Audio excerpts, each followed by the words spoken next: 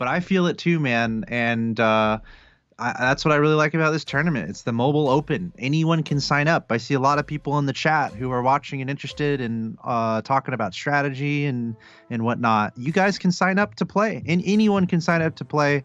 Of course, if you're in North America. So I just liked how pumped he was to compete, and how he's like, yeah, he's saying thanks and stuff. So I think that's really refreshing to see from players, and I like to see that. For sure. No, again, we're still early days, in the realm of competitive auto chess here in the West. Yeah. And it's still really exciting to see. You think about other games too, and like some athletes might be like, oh, another $1 million tournament, whatever. Oh gosh, another city I have to travel across the world to visit to play a video game and make money. Gosh, the schedule is getting so full. And meanwhile, here's Zath. He's just thrilled to be here and to play in this tournament. So I love to see it. And he's definitely going to be happy with his start he had last week. So we'll see if he can keep it up and find himself a spot in the top 8. Yeah, I mean, he just has to keep playing like he's doing now. He just has to keep doing solid, consistent plays. Top 2, top 4. And obviously, you'll also notice how he mentioned the patch, and he's got some different strategies in mind. He said word for word that he has an idea of what's strong. So that's pretty fun too. Just wanted to reiterate that. Great interview there, Paul. Thanks for doing that. Of course. So here's the thing.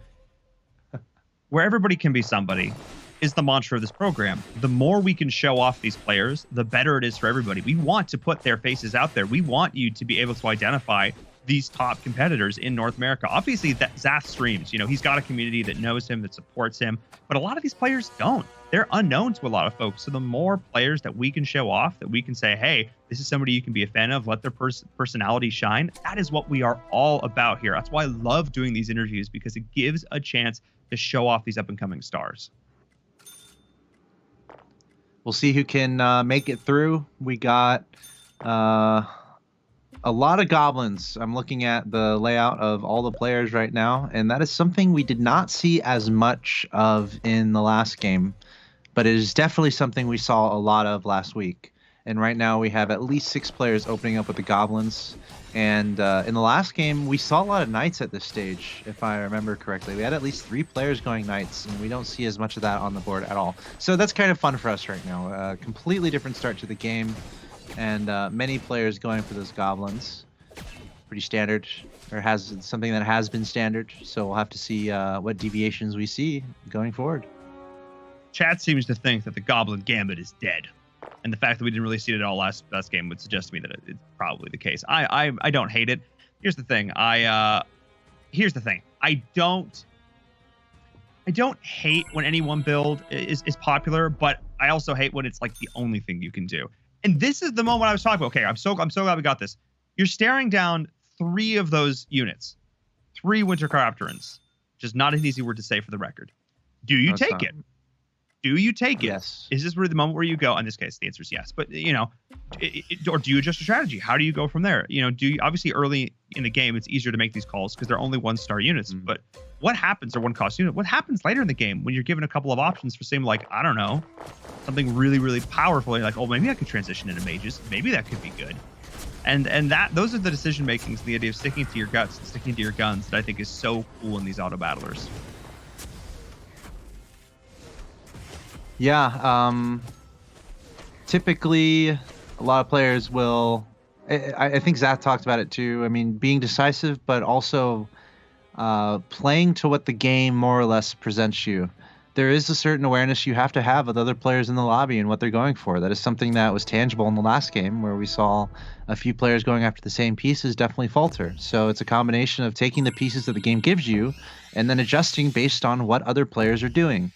And if you can do those things well, you're gonna have a good game. So, yeah, that's how the cookie crumbles here in Auto Chess, especially in the early stages. Looking at Zath, already picking up a level 2-star God of War. He's got a 2-star Skybreakers, a 2-star Garrus Ranger. So, really prioritizing picking up those 2 stars to start things off. And there's a few different directions he can go with this. And I believe in the last game, I can't quite remember who it was, but we had a player go for one build, and then just I was going for a Garrus Ranger or Hunter, and completely sold everything and completely changed it up. So even if you're seeing something on the board, look out, because those quick transitions, they happen. Yep.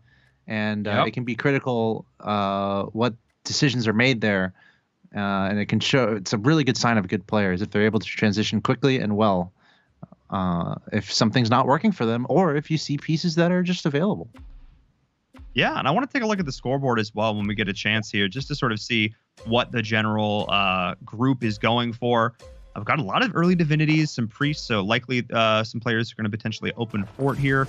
I'm just denying some of that early damage. A little bit of goblin, but actually it's silent also, just for the lulls. 0 synergies. Who needs them when you've just got 2-star units?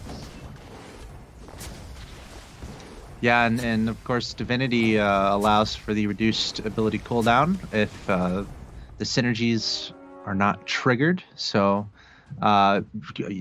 quite a few players looking to leverage that right now, as we see all, as you mentioned, 4 players going Divinity. And yeah, this game is still shaking up a little bit. Looking at the bottom, we have 3 players going for lost streaks here. Zath, however, he's going for a lost streak, but also spending quite a bit of money trying to look for these 2 stars for himself. Meanwhile, Benny and Jared working on their economies and also working on lost streaks, although Jared might have gotten a little unlucky and run into someone also going on a lost streak, so Jared actually might have to start over. Jared might not be in a great position here, but yeah, we're seeing that separation between the top and the bottom of the lobby of players going for lost streaks, but Benny has the best economy right now. Yes, absolutely. And Zath now not looking in great shape. He's got a lost streak going, but doesn't have a whole lot in the bank to back it up. And I was looking at chat in the last game, and people were saying he went out in 6th place last time around, which not ideal. He still was able to get a couple points in, so holding on, but he's going to need to do a little bit better than that here, move his way up. Joseph's already also taking quite a bit of damage to start this off. So back and forth. Nobody quite got that win streak going yet, but Silent's still up there at the top with 96 HP. But let's jump on board with Joseph. Let's see what he's doing. Another one going for this Hunter build. And the early divinity is so easy to get, of course. Just these Gods of War. They're such a good early game tank, just allowing you to keep some damage in behind them. Obviously, no attacks, but the shield slams, they can hurt. Yeah, Joseph getting the Hunters on board as the Wind Ranger, and also interestingly, a couple 2 Lightblade Knights on the bench. So still, again, quite a few different directions he can go, and it looks like he's going to lose that one. Actually got destroyed there by Zath. I don't know if that's exactly what I don't know if he wanted to lose that much health, but yeah, we're seeing the lost streaks underway. And one other player going Hunter right now, which is, so it's both the normal J names, Joseph and Jared, both going for Hunters. Dwarf Sniper for Jared. At least 2 players in the lobby going towards Assassin. That's Betty Yao and Gigi Nori. So we'll see. This is all still, I'm not seeing too much Mage, interestingly. Silent is the only one right now going for Mage, and that's something that we saw in the last game, quite a few different players going for Mage. Yeah, and a lot of players seem to think that Mage in the late game was going to be this top powerhouse, but of course you've got to get the stars on those units. The Tortola Elder 2-star not even coming through for any of the players, I think, going Mage in that last game, and that stuff's really going to stack up. It's really going to add up here for sort of the perception of how strong these builds are, because you look at it and think, oh, well, it didn't perform, so it didn't do very well. There's a lot of little things that also go into it. Love to see the scoreboard as well during these breaks. Just keep an eye on how these builds are developing in the early game. We do have quite a few lost streaks down there in the bottom, but I do want to see, so Assassin Beast coming out from Betty, Mage, like you mentioned before, starting there. Bit of Glacier play from Joseph possibly, and Glacier is something that I want to keep an eye on. People in chat were saying at the start of the day, I said, what's the build you're most looking forward to or you think might be strong here? And Glacier was a common response. Glacier Knight, even Glacier Mage. Yeah, Glacial Knight has been the favorite, and to that point, we did see at least a few players going for Knight in the last game. And again, something that we did not see a lot of last week in this game. Joseph is the only player really going for Knights that we're seeing, and he's finding himself near the bottom of the lobby. What else is going on? We got 4 players with lost streaks. Make that 5, which is a little unusual, with only 3 players with not on a loss streak right there for a moment. Have been able to build a pretty good economy across the board. Jared's the only one who struggled. I think he's the one who reset his streak in the middle there where everybody else didn't. But Silent, that's the other side of things. He's up there at the top and has a very healthy economy to boot. GG, no rematch. Lovingly now, Norm, GG Norm, up there at the top as well. But his economy's in the worst shape of anyone here. He's sort of been pulling this hybrid where he's trying to win, but he's also trying to spend a little bit. So keep an eye on him in a bit. Now we're jumping on board with Silent, who is running these mages early, has been able to get a couple up 2-star, which has been doing pretty well for him. Yeah, a couple assassins too, which is going to help him slice and dice the important back line of some of these players. Also working on that water spirit being level 2 is pretty nice at this point in the game. I'm not sure if he's not working on any bonuses for the assassin yet. Still just 2 out of 3.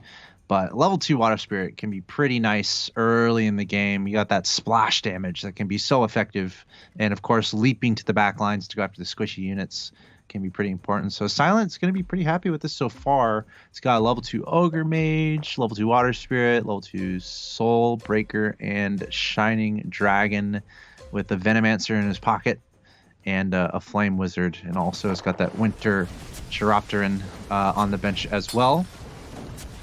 So he's just trying to keep it super strong, just trying to pummel out damage. Definitely going to be wanting to work on winning streaks as he's at the top of the lobby here. And he's got a fair amount of economy as well. So Silent's pretty good shape. One thing I want to note is he was able to get his hands on that Venomancer early, which means he was able to activate an early Kira buff, which is something that I mentioned did receive some nerfs. But I want to specify, it didn't receive like a huge nerf. It went from 25% to 20%. It still stacks the same. So gonna be checking that out, seeing how hard of a nerf that really was. You know, if you are able to get that 8 stacks, I think it's the difference of 20%. So we'll see how this goes. You're never actually really able to stack it up that hard anyway. So I'm definitely gonna be curious to see if he decides to stick with this, or if it's something he's just throwing in because it sort of became available. Yeah, and I also want to keep an eye on GG No Ri, particularly. Of course, GG No Ri and Zath are the 2 players that are very much in contention. They would have to have pretty bad days to even get knocked off of the top 16. So we're going to be looking at them closely. And GG No Ri for now looks like he's got the Warpwood Sages, interestingly, out, and he's got a lot of them. Actually, I want to look a little bit closer at his composition. Okay, because I was wondering where are his druids at. Finally picks up a unicorn, also picking up an egg. So we've got a druid and then some assassin support coming in from GG No Ri. Pretty interesting stuff. He's got the druid bonus working for him, and he's got the assassin bonus working for him, with 3 of those on the field. Warpwood Sage, I've seen it be so tanky, and the fact that he's already got 2-star Warpwood Sages at just round 15. Yeah. I really wonder what he's going to do with that, because if he can get a 3-star Warpwood Sage out, that is one of the tankiest sustaining pieces that you can ask for. It's an amazing front line. I'm liking how he's playing it right now. GG No Ri, like, just given his standing on the overall leaderboard, the fact that he's kind of in a comfortable top 2 right now in this lobby of 8, and he's already got some nice high rolling going with picking up a lot of Warpwood Sages. GG No Ri has to be feeling pretty good about his position, and his economy is okay. I mean, it's not the best economy, but he's got a decent economy as well. And that's big here early on, just to make sure that you're keeping that economy in good shape. Again, normally between 30 and 50 is where these players tend to like. You'll see it drop as they do choose to level up. And keeping an eye on these levels is obviously critically important because, again, it's a simple auto battler basic. More levels you got, more pieces you can play, the more synergies you can activate, and the stronger you get. Benny is now round 16, still in that loss streak. And I expect him to start to change that around once he thinks that he has things sort of more lined up here with his build. We will keep an eye on how it keeps going for him. The fact that he still has that much HP, though, at round 16 on a loss, staying above 50 is actually really good. So he's been doing a great job of just barely losing this. He's got those goblins. He's got the Kira. See what the transition is going to be. Looks like he might be dabbling with assassins, but I don't really see where he's taking this. This is going to be interesting to follow along with. Yeah. I was kind of thinking the same thing. He is going pretty heavy into Goblin, at least compared to other players. So I would be very curious, especially if you look at, let's say, both Silent and Gigi no Ri. They still have Goblins in use. So you wonder, and so do some other players in the lobby. But Benny is the player that is really going into goblins. So you wonder if for one of these players who picked up some goblins early, are they going to sell their goblins? Are we going to see any of that happening? And can Benny take advantage of that? Is that what he's looking for? I'm wondering about that a little bit because Benny's the only one really going pretty heavy into the goblins. So maybe he's hoping for some sell-offs to happen for some other players in the lobby. That's a very, very interesting point because we did see some players just grab a couple, level 1, level 2s just to help, supplement whatever composition they're going because you just get a lot of them at a low cost. And maybe he's hoping that if nobody else is going goblins, he can stack up a bunch of 3 stacks to sort of overcome the weakness of the overall build right now. Very interesting point, Axel Toss. I love the thought process there. That's something that wouldn't even have occurred to me. And now he's continuing to pummel away there. The Venomancer in the 1v2. Oh, the shot. Oh, it was a draw. Okay. I love it. I love it. We should put that one in the highlight reel. Because what it does is there goes your loss streak. There goes your loss streak, but you didn't even get anything out of it. So that's actually massive for Benny. Okay. Oh my goodness. Let's jump back on board with Silent though. Let's see what he's doing because he's continuing to hold on to this pseudo goblin build here as well, but mostly playing around Spirit Mage Kira, which is a lot of fun. I'm gonna be curious when he opts to just drop that last goblin, get that out of there. He's just finding the right piece to replace it with.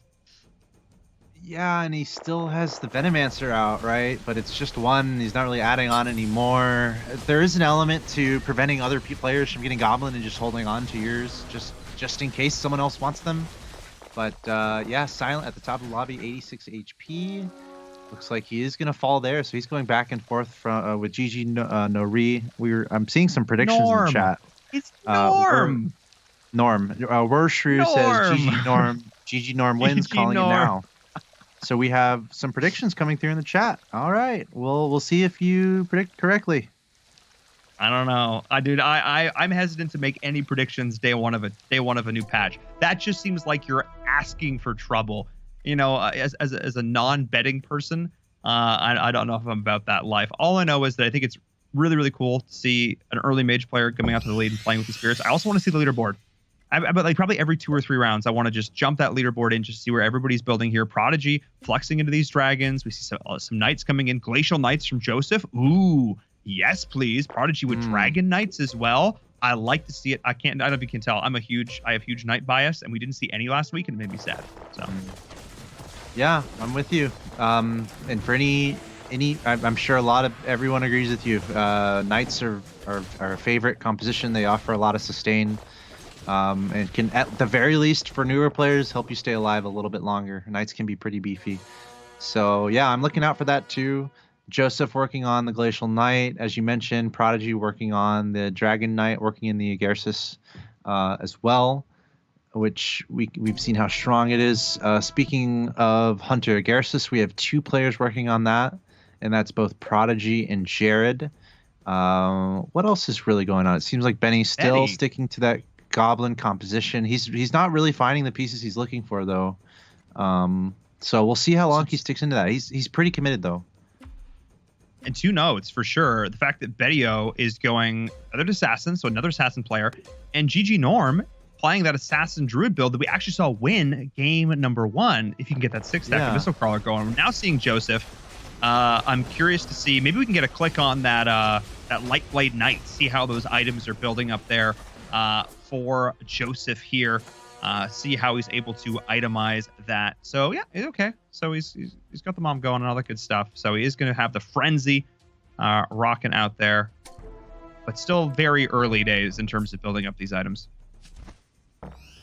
Yeah, he's got 4 knights right now. What the Joseph does between his Lightblade, Frost Knight, the Evil Knight, and of course the Hell Knight. This is the Glacial Knight composition through and through. Also, a lot of Lightblades on the net. Wait, is he going to 3-star Lightblade Knight right now?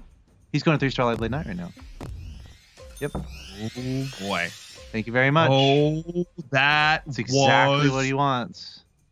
huge. And level That's a 7? beautiful thing, dude. At round 21. That's actually okay. So Zath is a couple things I want to note here. Silent and Zath have early leveled to 9. They are already way up there. Joseph has intentionally stayed at a lower level to roll to increase the chances of finding that Lightblade Knights that he could star it up. That is a heads up play right there. He's intentionally going to say, I'm going to take a bit more damage. I'm going to stay down. And now he's able to continue to equip it. It's got the Maelstrom on there. Oh boy, this is the turn that Joseph needed. I am very excited. He just took down Zath. This is a big deal. I want to jump up over this other Knight player. Let's check back in with this other Knight player and sort of see where they're at. Because I remember there was one other one. I think it was Prodigy. Yes. Let's jump. Oh, but he ditched it. We still check him out. Let's still check him out. I'm curious to see what he's doing here. He's flexing into it a little bit differently. No, there he is. He's back getting some of those Knights. But he is trying to make this Dragon Knight. Yeah, he's got the Dragon Knight and the Evil Knight. And this might speak towards just how Joseph was able to secure that 3-star Lightblade Knight in round 20. No one else is really going for it.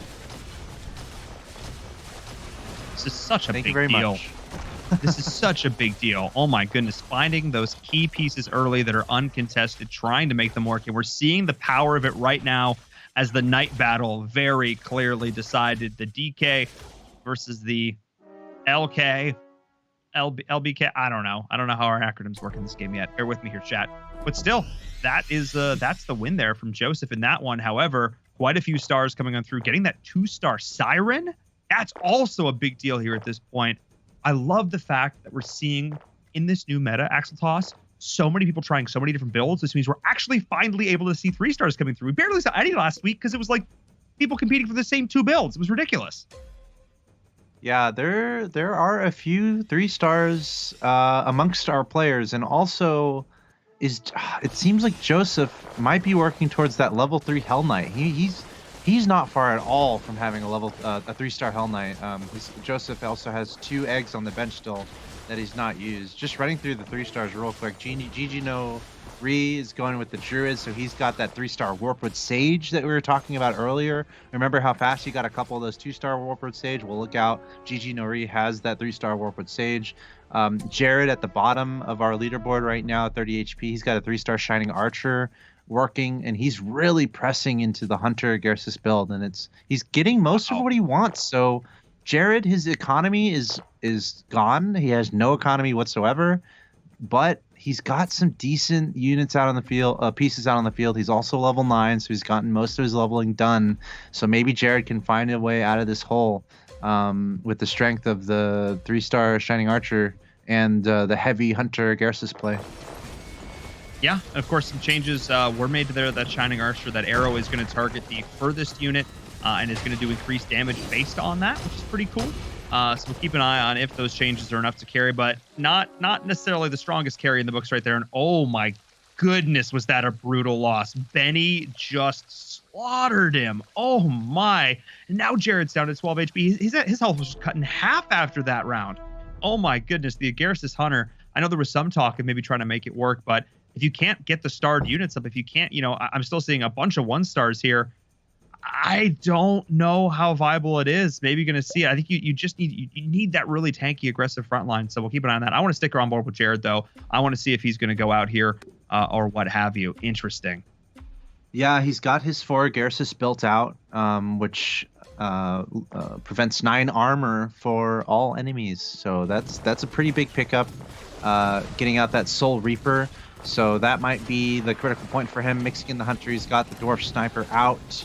The damage has been nerfed a little bit on the Dwarf Sniper, which made me a little sad. So certainly quantifiably going to be less effective than it was. Well, we still don't know if it's a nerf, Axel Toss, because it was made cheaper, so it's easier to 3-star. So there is the potential. It was made cheap. It was made cheap. Like in terms of, yeah. So I mean, we'll see. Again, that's a big what if. You're right. On paper, just to the unit, it was of course a nerf. But I don't know. I think the player base is still a little bit undecided on that one. But now with the level 2 Siren for Jared, he didn't have a whole lot of HP to work with, or money to work with, or HP actually. He rolled down to 0, but he was able to get that Siren stacked up now. He does have his tanks up in the front. Let's see if he can survive. He needs to face somebody not totally going crazy. Hopefully not Joseph. Hopefully not Silent. Let's see. Ooh, GG no Ri. That might not be great, especially because that's a 3-star Warped Sage that he has to deal with. Watching those health bars, of course, it looks like Jared might be in an okay position. Losing that health now, though. The Assassins coming through here. We saw how strong they were in the last game. And it looks like Jared's going to... Okay, he's barely staying alive with 1 HP. But GG no Ri there. Again, showing that strength of that Druid Assassin that we saw be so effective in the last game. Actually, Jared did get knocked out. He just had 1 coin left in the bank account. Oh, sorry. Yeah, I looked at that. I think he went down. Yeah, I think he went down by like 1 It was like he was probably 1 HP away from staying alive, which is just heartbreaking. Yeah. And now GG Norm looking pretty solid here. We are jumping back on board with Joseph, though, who's got a Gersis Glacial Knight. Ooh, interesting. So one of the problems the Knights tend to struggle with is their ability to deal that additional damage, other than that Light Blade Knight and the DK. You can get those stacked up. But so when you add things like the Agarsis into the mix, it does help your ability to have every single unit dish that additional damage. So I like that adaptation here, bringing that in, because the whole point is just keep your Light Blade Knight alive, hopefully get them the items they need, and hope they can stack up and kill everybody. But against Benny, apparently that ain't happening. Yeah, and you want to get the damage output in time. There are some crazy compositions that dish out ridiculous DPS in such a short amount of time. Assassins are an example.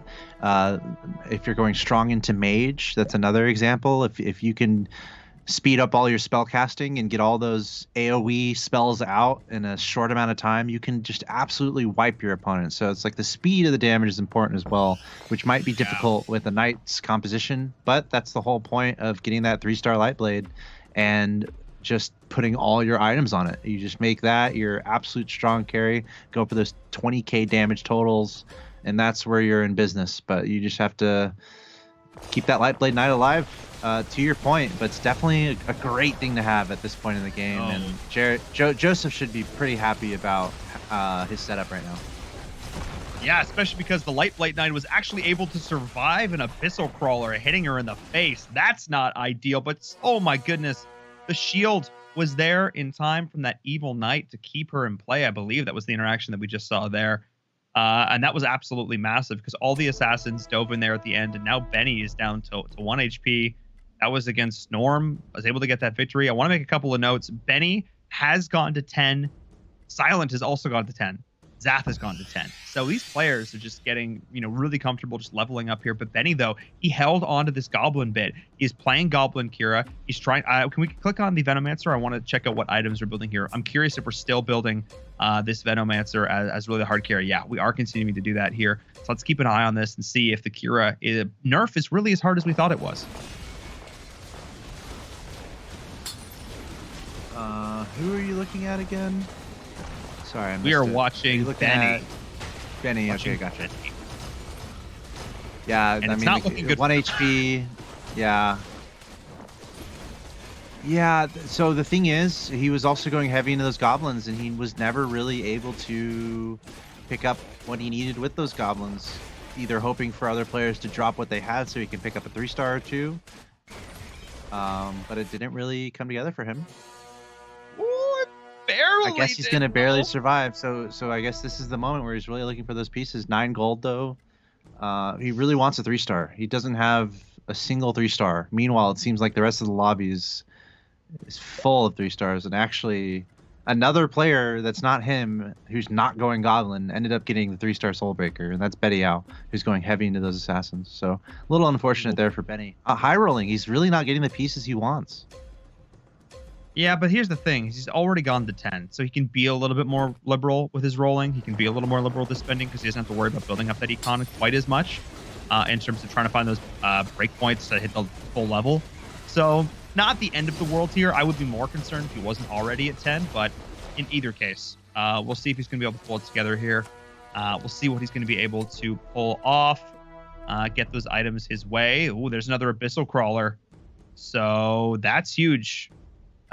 He's not only it's not big for him, but it's big for denying the Abyssal Crawler 3 to his opponents who are going for these assassins, and he can possibly flex into these assassins if he needs to or if he feels it's relevant here. So we'll keep an eye on that as well. I also just love the idea that you know what your opponents are going and you want to potentially deny that as well. That's always a lot of fun. Yeah, and I mean the best thing going for him might be that 2-star Venomancer, as you mentioned. He just loaded up another item onto that guy, so really trying to help his Venomancer succeed. Has 6 goblins on his 6 goblins fielded as well, granting all allies 15 armor and plus 10 HP regeneration. So the pieces are slowly coming together for Benny. Yeah. The problem is, again, he's only at 1 HP. He really wants the Venomancer to be the main carry at this point, and it's working a little bit. GG No Re has actually been knocked out in 7th, something I think that I'm definitely surprised about considering how well he started this round. Oh my goodness. Can't believe he's stabilized at 1 HP. Betty. Oh. Ooh. Ooh. That feels good. I mean, no, he's gonna hold off for now. I think he's trying to identify if he's gonna actually be able to play them here. He's just literally out of money. And the chance of getting to the 3-star Venomancer is like... He's dropping the Kira, though, so maybe he's not thinking that the Kira buff is a huge component of... I don't know if I agree with this decision. He's opting to go into the increased magic resistance. Okay. All right, we'll see. We'll see how this goes here. We'll see. He clearly thinks the Kira buff wasn't a huge component in his victory in these last few rounds because he's not giving it to his Venomancer, and I don't necessarily know if I agree with that decision. It was only a 5% nerf. Wasn't huge. And with that, he is just absolutely slaughtered. Was that the difference maker in the end? I don't know. All I know is he probably took 20 points of damage that round, or almost. Ouch. At least, maybe. At least. No, absolutely zero chance there for Benny, as Zath just absolutely pummeled him. So Benny's going to be out in 6th place. Betial might not be far behind. It makes me want to look at Zath, though, with how strong that was, to see what he's got going on. Sure. Let's see, Zath, he's got Divinity working for him, Warlock, Wizard, Shaman, Priest, Spirit, a lot of different directions. No 3-stars to his name, so that makes me a little bit nervous for Zath. Definitely going to be rolling down to try to find some of those pieces. Only 11 gold, though, so we'll have to see how it works out. Looks like we're taking a look at Joseph now, and Joseph has plenty of 3-stars. Of course, he was the first one to get a 3-star with 3-star Lightblade Knight, and he's added on the 3-star Hell Knight. I was wondering when he was going to do that because he's had a couple eggs for a while, and he's still got 1 egg in the bank. So Joseph's just playing a really good overall game. Yeah, look at that.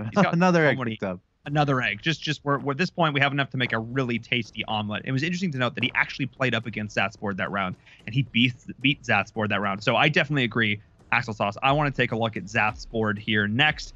I want to see what he has going on for him. But I guess we're going to stick on board with Joseph for just a little bit longer. But I do want to see how this goes for Zath as soon as we can. Take a look at how that's going. But instead, he's just facing up against Zath again. Twice in a row now. And this time, I don't know if it's going quite so well for him. It all comes down to this Lightblade Knight. It all comes down to this carry, and carry it is. Oh my goodness. Why did I ever doubt it? Yeah, man. We were talking about it earlier, just how fast he picked up that 3-star Lightblade Knight. You kind of know a few things. You're like, okay, that means a few other people. There aren't a lot of people in this lobby going for Knights, which is automatically a relief. So able to build up to that 3-star Hell Knight as well. And then just for good measure, he's got the 3-star Desperate Doctor in there. So really working the Glacial Knight composition that we were talking about leading up to today. Is like we didn't see it that much last week, but now we are seeing the full force of exactly how effective that can be from Joseph. The only competition he's getting on the Knights is from Prodigy. Otherwise, it's all about Spirit, building towards Spirit, Wizard, Shaman. It's once again interesting how similar Joseph and Prodigy's builds are, and how similar Zath and Silent their builds are. We're kind of separated into a couple groups of 2 here. A couple factions deciding, hey, I think my build's the strongest. Oh, really? I think my build's the strongest. Well, luckily we're in the perfect position to find out who is going to be the strongest. Very close. Joseph has all the 3-stars. No one else has a 3-star. Okay, finally, 3-star God of War coming down for Zath. Yeah. Okay, so. Wow, this is a hard roll right now. Okay. Oh, and he got the level 2 Siren, but he just wasn't able to actually get it on the board. Was Zath? So we'll see if he wants to adjust. I'm not sure what he'd take out for that actually. And I want to also note Joseph's the only one who just beat his board convincingly. He's the only one who hasn't gone to level 10, and his economy is in great shape because he hasn't had to. He is instead rolling smart, playing around his 3 stars. That just goes to show you don't just have to level up super early. You can just try and roll down. He was at level 7 when other players are level 10. You just can roll down, try and find those key 3-star pieces, because the synergies are important, but those 3 stars, they are so powerful even on their own. Okay. Joseph is high rolling. This is an example of high rolling. It's just right. Like this cannot be anything other than high rolling. He got his 3-star light blade by round 15, and right now, guess what? He has 4 eggs on the bench. What? He's getting every piece he needs and then some. Joseph is a happy camper. Oh my goodness, he is, and we're seeing it once again. This time up against Zath. However, Zath might have gotten a little bit better of this time around. The Abyssal Gaze was actually huge here, and Zath was actually able to beat him there. That was huge. He got a level 2 Siren. He got that Siren in. The Abyssal Gaze was able to lock down his opponent's pieces long enough for his key pieces to get their spells down, and they just ticked away. That overtime AoE damage from that Dark Spirit just did so much damage long term. But let's see what Joseph's board looks like now that he's at level 10. He's actually really close to a level 3 Frost Knight as well, and that's just mind-boggling to me. Yeah, when you talk about super strong 3 stars, I don't know if Frost Knight makes that the top of the top list. So which makes me wonder what he's right. But that makes me wonder, like, he could use his eggs right now and get that 3-star Frost Knight. So he's definitely saving his eggs for something. So I wonder which 3-star he really wants. You know? That is the question. I wonder. I'm not sure. But I'm telling you though, dude, he's chilling. Joseph is chilling. He's not gonna lose. Like, he's just too good of a Glacial. position. Come on. He's playing with his food right now because he's got 4 eggs on the bench. He's just like, you know what? I think I'm gonna go up to 100 gold. He might decide to do that too. We'll have to see. None of this carries over to the next game though, folks. I cannot believe it too, because Silence down to 6 HP, Prodigy's down to 5. Joseph is looking good. He's on a 9-win streak. This lobby is just in the bag. Glacier Knight, something that I was really looking forward to with a Garrus, Demon Warlock, and just to help round it out. I love this composition. It's something that I have played a decent amount of. And I'm now, as I hype it up, watching it get absolutely slaughtered, which is no fun. Gosh dang it, guys. Caster Curse, how dare you? Oh, but the bounces! Wait. Oh! That was sick. I'm just trying to see what the highest damage count is going to be from this Lightblade Knight. I'm not sure if we've eclipsed what we saw in the last game. But yeah, Joseph, 10 win streak. He's got all the 3 stars. Silent, 3 HP, rolling down, spending every last bit of his gold. Let's see, what does Silent need? Silent needs a 3-star. He doesn't have a single 3-star. Yeah. Let's actually watch Silent's POV here at the end. Let's duck more with Joseph. We'll just watch Joseph. I lied. Let's just see. Because I want this game to end, and I want to see a victory screen. Because I feel like every time I spectate, we have terrible luck, and I'm always spectating the player that loses. And it's just highly unlucky. And I want to see that victory screen at the end. Maybe that's just me. You're right. It leaves a little to be desired. Although we get to see how the loser gets knocked out. That's the advantage of watching the player who's on the verge of being defeated. I want Joseph to use those eggs. Come on, Joseph. We know you've won. What are you looking for, man? What are you really looking for? What are you looking for? He could. I have no idea. What are you looking for, Joseph? He's got to make a decision. Got 8 seconds. He's got too many pieces 4 on the eggs. board. Okay. Maybe he wants to get a 3-star egg and just put the 3-star egg out. I promise it doesn't do anything. It just sits there. Oh. Lightblade Knight. Lightblade Okay. Knight. 14,000, 15,000, wait. 16,000. 16,148. My goodness. GG. Right at the end there. We never doubted him for a second. Joseph, the Beast, Glacier Knight, 16k damage on your hard carry. Supported it beautifully. Got ahead early. Kept the lead. Not even close. No epic battles this time around. Just solid, good, consistent play. Yeah. Much different game than game number 1. Much different game. Yeah, it makes me ask the question for you guys at home. If you had a game where you had a 3-star Lightblade Knight before round 20, is that a good game for you? Would you take that more times than not? And I would almost be certain in the fact that everyone would say absolutely, give me that, please. And it just worked out for Joseph. No one else was really going for the Glacial Knight, and especially the Lightblade Knight, and he was just able to identify that. And then it was just he coasted to victory because he went for something that no one else really went for. Yeah, no, I mean, looking for those uncontested builds is a huge part of finding success, and a little bit of luck definitely came into play. Let's take a look back at that match with our Xperia highlights. Axle toss. This one was a little bit more of a blowout, but we still saw some cool strategies attempted here, at least. These goblins and Kira being one of them.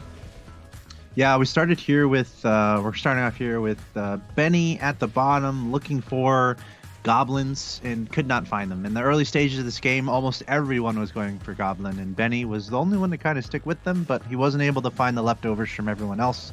So Benny, not the best game overall.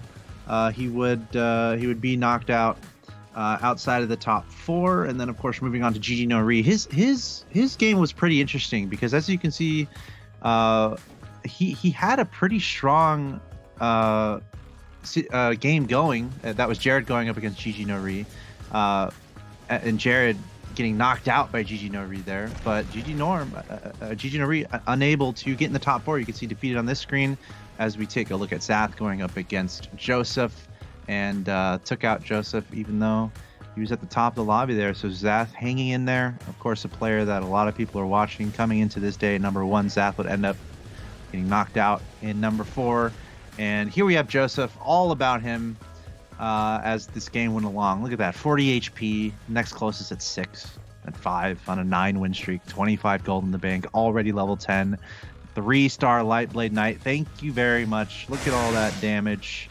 And that was the story of the game. Joseph and his knights able to prevail. And just look at the damage on the right of the screen, going up 1k every quarter second. Not bad at all. There you go. Well done, Joseph.